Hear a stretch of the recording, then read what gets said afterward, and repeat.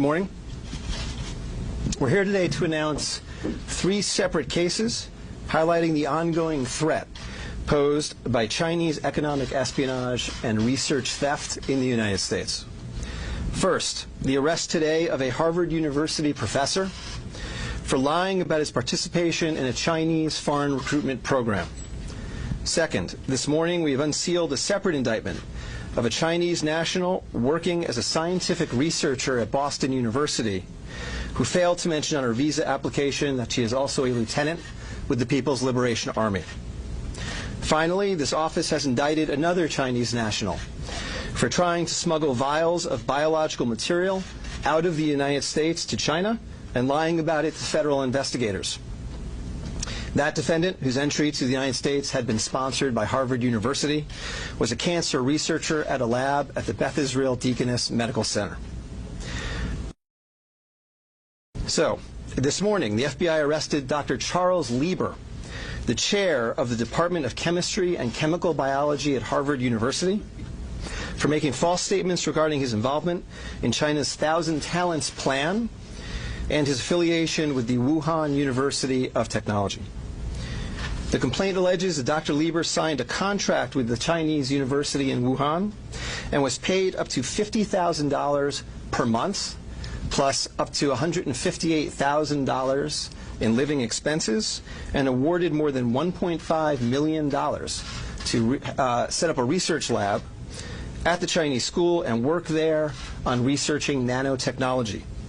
Lieber also joined China's Thousand Talents Plan, according to the complaint, a Chinese government-run program designed to entice scientists and researchers in the United States to share their research expertise with China. At the same time, Dr. Lieber was receiving U.S. grant funds from the Department of Defense and the National Institutes of Health. National Institutes of Health spends up to $39 million a year funding medical research in the United States. Those programs required Dr. Lieber to disclose if he was working with, including receiving funding from, any foreign power. When questioned, Lieber hid his involvement with the Chinese entities, including specifically disavowing any connection to China's Thousand Talents Plan. Meanwhile, based on the complaint, it appears that China paid Lieber hundreds of thousands of dollars over the years for his involvement with the Chinese entities and for his work on research for Chinese gain.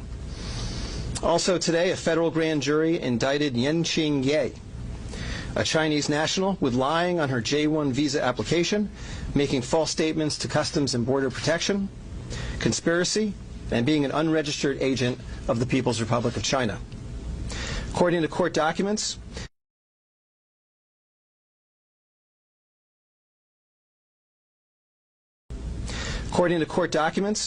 Ye is a lieutenant in the People's Liberation Army, but she concealed her military connections while employed as a researcher at Boston University's Department of Physics, Chemistry, and Biomedical Engineering Center for Polymer Studies. The indictment alleges that a colonel in the People's Liberation Army and other military officers from the Chinese National University of Defense Technology gave Ye numerous assignments while she was in the United States, such as conducting research, assessing U.S. military websites, and sending documents and information back to China. In April 2019, Ye was questioned by customs officers at Logan Airport on her way to China. According to the indictment, she lied about her involvement with Chinese military projects. A border search of her electronic devices showed that Ye had compiled information for the People's Liberation Army about 2 U.S. residents with expertise in robotics and computer science. Lastly, last week this office indicted Zheng Xiaozhang, a Chinese national sponsored by Harvard University who was doing cancer research at the Beth Israel Deaconess Medical Center.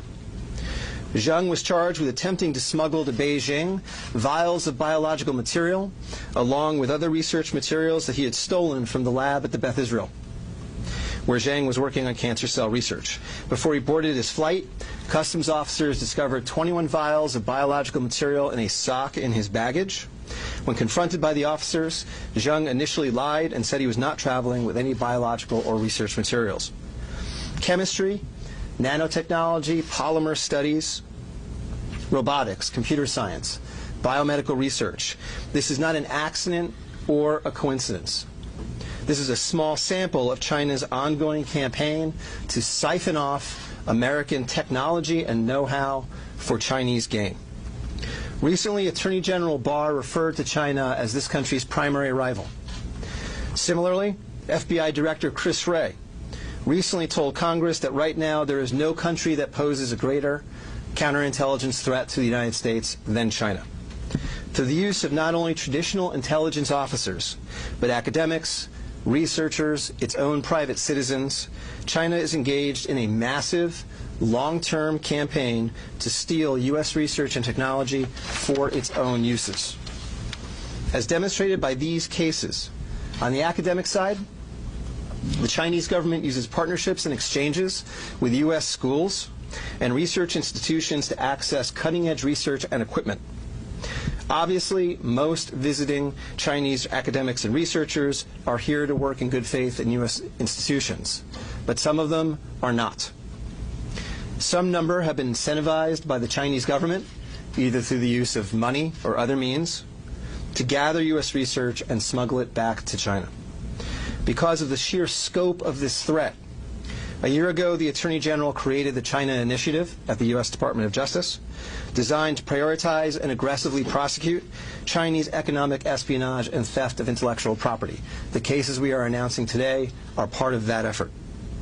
Boston is an especially attractive target for this kind of exploitation, and universities and research institutions and tech companies in this area must become sensitized to this threat.